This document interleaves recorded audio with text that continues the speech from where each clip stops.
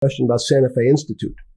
The world economy and your body are both comprised of little systems interacting with each other and making one big system. This is what's stunning for all the little guys out there, the populist movement, the little guys that haven't had a pay raise in 30 years.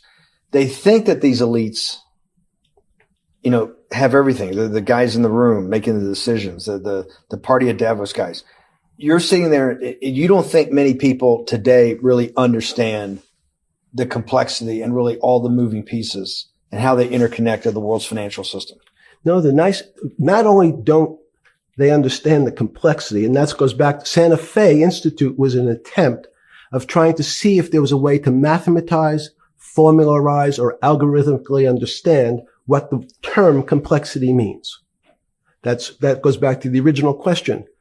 Complex systems are complex by definition, but there's not necessarily, it's not one level of complexity. As we might say, well, our fingers are complex, the movements, the muscles of our hands, but it's not as complex as the blood system. Now I have a circulatory system. I have systems on top of systems, so that there's no one group of or person that really understands the way the body works. There's no one group that understands the way the financial systems work. You might understand U.S. bond market. Now, you asked about the trade of long-term capital. That was a bond fund, very small part of this very complex system. So the goal of the Santa Fe Institute was to see, is there a way to get in, somehow understand how complex systems interact? Fast forward, Steve, to today, where Google and these other engine companies, the other tech companies, are trying to build artificial intelligence.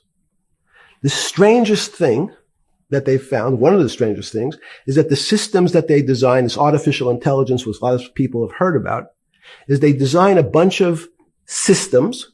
They're called neural nets. Terms simply taken out of brain work, neurons in the brain. Nets because they actually look like a net. They put in some inputs. The computers work, spit out an answer. Sounds normal to you. It's because you're thinking about that calculator you had in 1976 on your desk. When you ask the person who designed the system, how did it come to that answer? How did your neural net, can you show me the calculations? They say, no, we don't know. We don't know how the thing we designed actually came up with that answer. That's pretty strange. They take the same neural net now and they put it in front of a video game.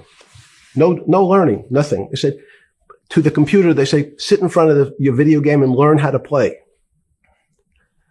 It seems the computer learns better than any human in history, faster than any human in history, beats any human in history. But when you ask the designer, how did it do it? No one knows. It just did it. So that's the first little touch of things that we already have gotten to a place where we don't understand it and we built it. On Sunday afternoon, September 14th, 2008, where were you? Sorry? It was the night they put Lehman Brothers in bankruptcy in London. I was in jail. Seriously? Yes. So the financial crisis of 2008 happened when you were in jail? Yes. Oh, this is going to be so amazing. This is going to be so amazing. I take it you didn't have your Wall Street Journal dropped off to you in the morning, your Financial Times? No. How did you hear about because I want I forgot about this, but yes. I'm trying to get, this is going to be amazing. Let's go back and do that again. Sunday afternoon, because I want to find out about people, the geniuses understanding the complexity of the financial system. Because I think the best example we have is the financial crisis, the crash of 2008. Sunday afternoon, September 14th, I think it was, 2008, is when they were working feverishly in Midtown Manhattan at the Lehman Brothers offices and at various law firms around town, and with the Secretary of Treasury in the Federal Reserve, what they're going to do with Lehman. They decided they weren't going to save it. And so they prepared to put it into bankruptcy at the open of the market in London the next day. How did you hear about what was going to happen to Lehman Brothers, and what did you immediately think when you heard they was going to be put into bankruptcy? I'm glad you asked that question. I was in solitary confinement September 14th. And again, some of the public stories about the wonderful time I had in jail and my work release, which didn't come till months after. I'd been there since June in an 8x10 cell with a bed in the back, a 6-foot bed in the back, a chrome sink with a toilet attached to it, and a little piece of metal sticking out that was supposed to act as a table. Now, since I was in jail, there were no books. Why? There's no library. No library, but you're in jail. No, I was in jail, not prison. So in jail, I was in a place which was called the Special Housing Unit, which is for the roughest, toughest, meanest people. They had put me there, they said, for my own protection. So I was in a 8x10 cell with a little slit in the door where they would serve my food on a tray about 9 inches by 4 inches. And then as soon as I finished eating, they would take the tray and close it down. And one of the guards said, do you understand there's Wall Street's crashing. I'm worried about my pension fund. What should I do? And I said, sorry, Wall Street's crashing. What's happened? And he said, there's some crisis and some companies are going bankrupt. I said, are you sure? And he said, yeah, it's all over the papers. We're all terrified. We're going to lose our life savings because we have either a 401k or our pension funds. We don't know anything about money. Mr. Epstein, can you tell us, like, what's going on? Am I going to be able to afford my children's education? Am I going to be bankrupt like this company called Lehman Brothers? And there's another company in the front page today called Bear Stearns. Oh no, I said. Why? Because that's the company I was a partner in. And in fact, that was a company I had a very large investment in. So, as a great story, I didn't have my Wall Street Journal, but in the early mornings, you're allowed to make 2 phone calls, collect. And when you pick up the phone, you can dial a number.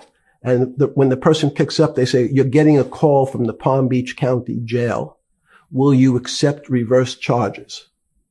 And the person either says yes, and the call goes through, or the person says no. The person I had called was Jimmy Kane, the president of Bear Stearns. And I said, tell me what's going on. And so that my knowledge of the financial crisis happened with Jimmy, who was at the center of the storm, telling me about what Lehman had gone under, and they were trying to figure out a way, should they bail out Bear Stearns? Did it strike you at the time of the mess you had made of your life to be in a situation that you're one of the greatest financial minds in the world, looked at by world leaders and asked your thinking by the most prominent and important people in the world, and here you are in solitary confinement. You got to make a collect call to somebody. Did it strike you at the time how all the threads of your life had come together and put you in a position, or you had put yourself in that position? No. So it never struck you when you had to make one of your 50% of your collect calls that day, you call the president or the head of the CEO of Bear Stearns. The biggest financial event in your life is taking place, of which one, every important person in the world would be seeking your opinion. Number 2 would be a once in a lifetime opportunity to apply your craft. Number 3, it would be a once in a lifetime opportunity to make money if you were smart. And obviously you're smart. You're telling me here, truthfully, that it never hit you at all of how you'd ended up in a place where you had to make a collect phone call from a jail cell that was 6x9 with a steel bed and your food being passed into a slot? The question you want to ask is, who was the other call to? Okay. Who was the other call to? The other call was to my friend at J.P. Morgan, who was then, I didn't know at the time, trying to buy Bear Stearns. So at one point, I had two phones. It was difficult because they're afraid people are going to hang themselves with the phone cord. So they don't actually come together and they're pretty short. So I was actually going between two phones talking to Bear Stearns and JP Morgan at the same time. So I found it amusing. And it never struck you about how to end up in a situation like this? No, that would be probably means I would be too self-aware. You can't possibly expect me to believe this. I know. I don't believe it. You're telling me that during that day, you never had a moment. You sat there and go, what the fuck have I done with my life that I'm in a 6x9 jail cell when I should be on a trading desk or I should be in my $250 million, greatest townhouse in New York City, taking calls from the king of Saudi Arabia, the president of China, the head of Russia, the president of the United States to save the world's population from a financial debacle. You honestly expect me to believe that never happened? You're suggesting I was somewhat depressed, and how could this happen to me? I'm not saying depressed. I'm saying a moment of awareness of how could I get myself into this situation? No, I would just say how strange that this happens. It's strange. I'm wearing a jumpsuit and flip-flops. What color was the jumpsuit? Brown. Brown jumpsuit. Yes. I notice I don't see you in a lot of brown. No. Brown jumpsuit and flip-flops. Flip-flops, yes. With no access to books, no access to newspapers, no access to anything. You had lived on information. Except my Almond Joy bars. I had extra Almond Joy bars.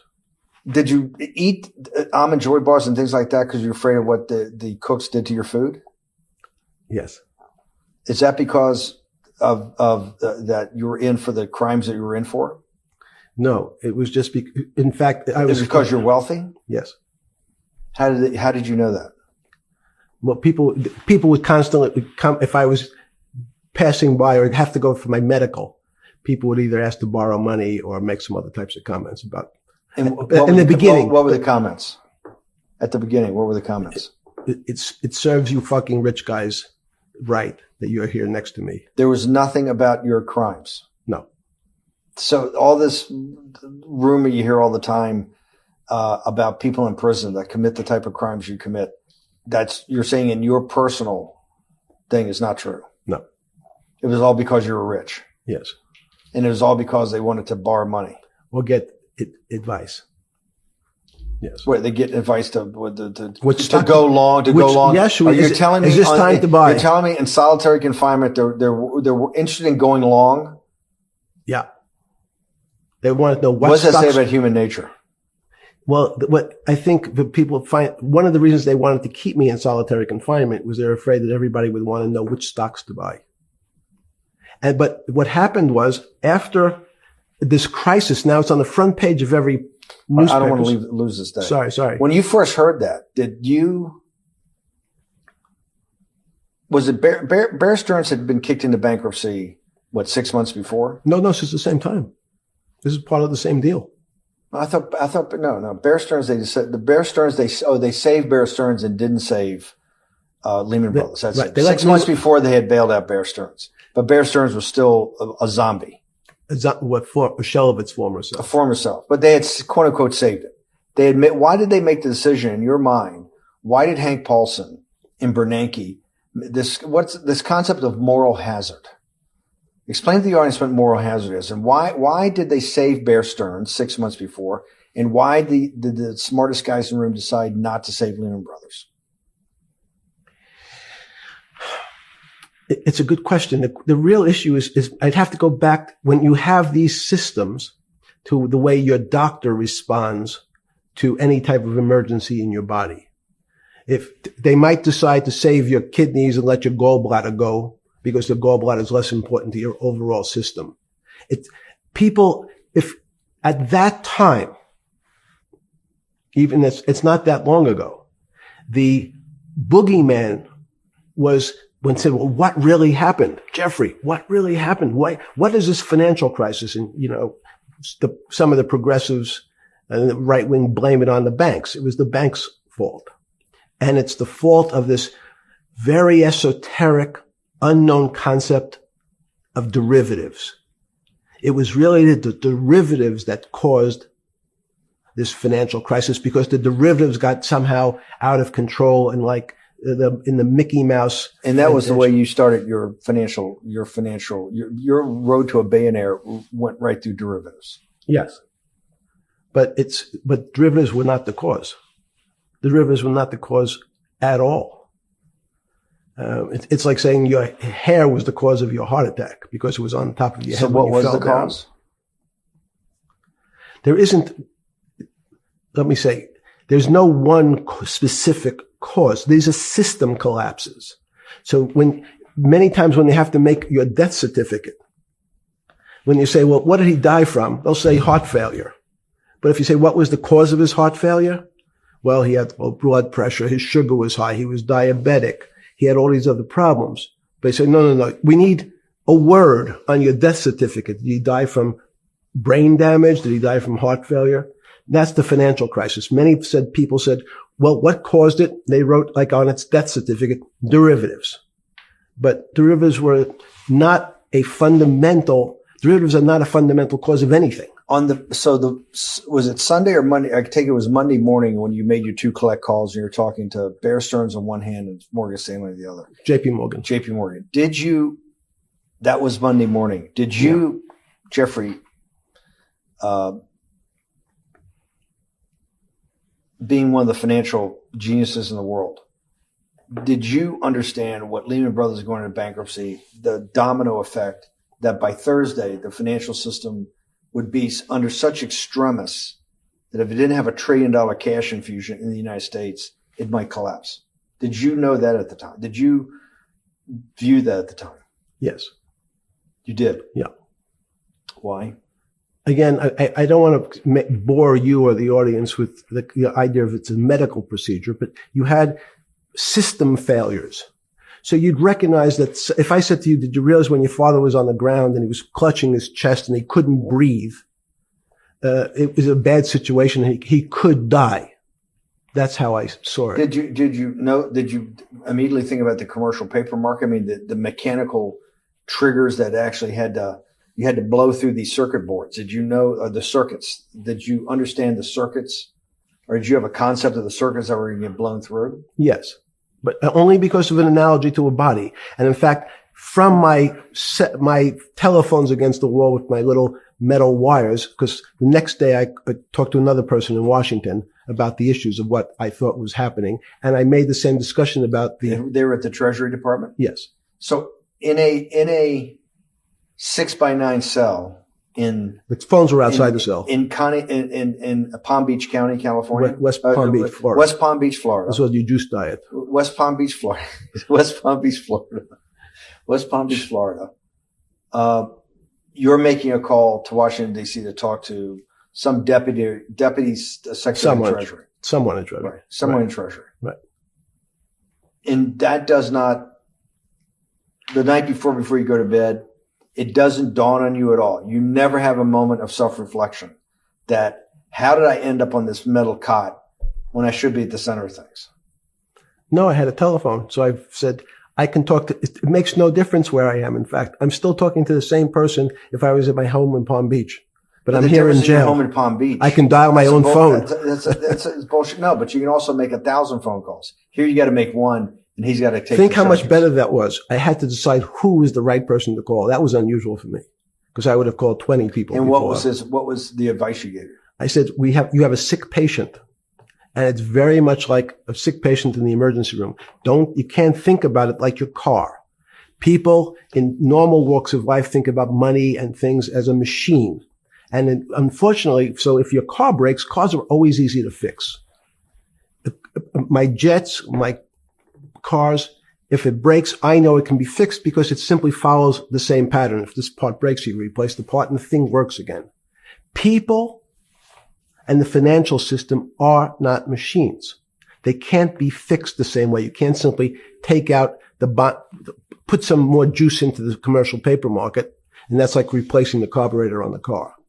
It's much more, I have a patient who can't breathe, has a stomach problem, can't see, looks bleeding at the same time.